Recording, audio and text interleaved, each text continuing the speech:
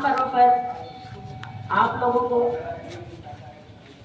अपने देश के स्वाभिमान के साथ यहाँ खड़े होने और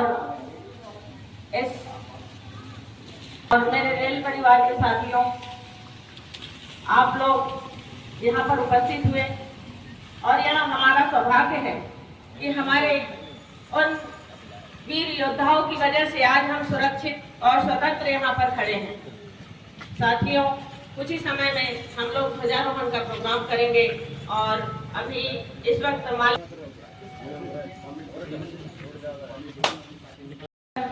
उनको माल्यार्पण करवाएं। कुछ साथियों के साथ के लिए आएंगे। अरे यार तुम मार रहे हैं तुम भाई तो मार ही नहीं रहे। बिल्कुल अरे बिल्कुल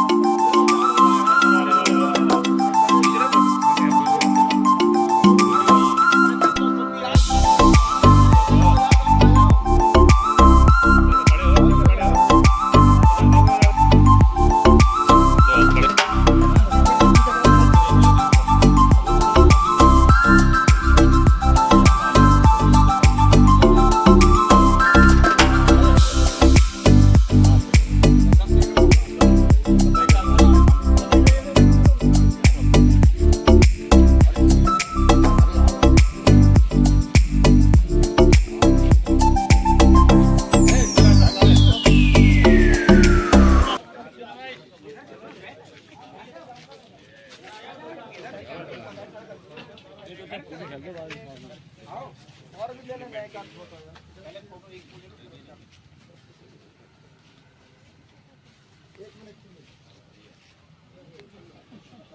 आराम है, उधर से पड़ता पड़ जाएगा।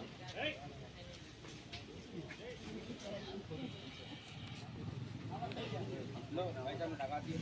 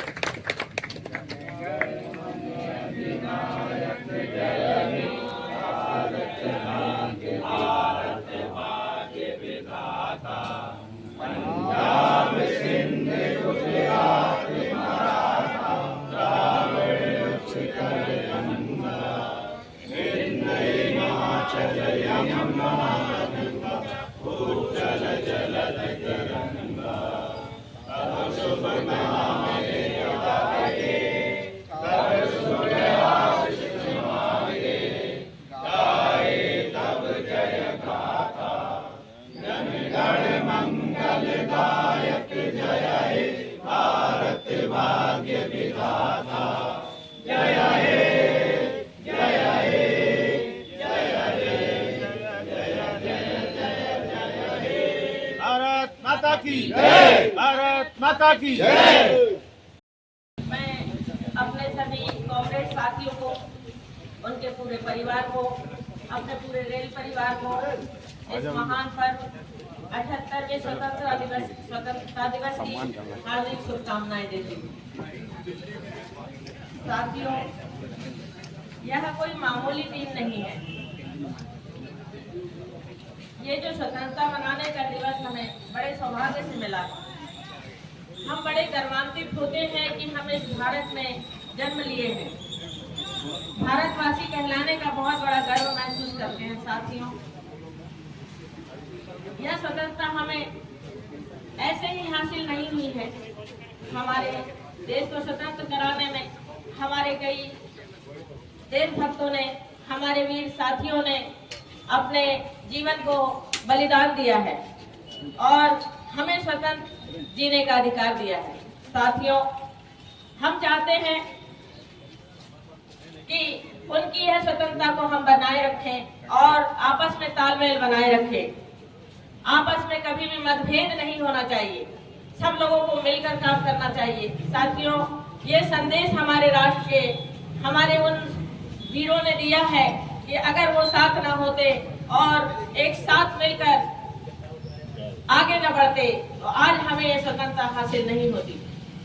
साथियों, ये बड़ा स्वाभिमान का दिन है और हम लोगों को यह सोचना चाहिए कि स्थिति कोई भी हो, लेकिन एक साथ रहेंगे, एक साथ मिलकर रहेंगे, एकजुट होकर काम करेंगे, एक दूसरे की बात को समझेंगे।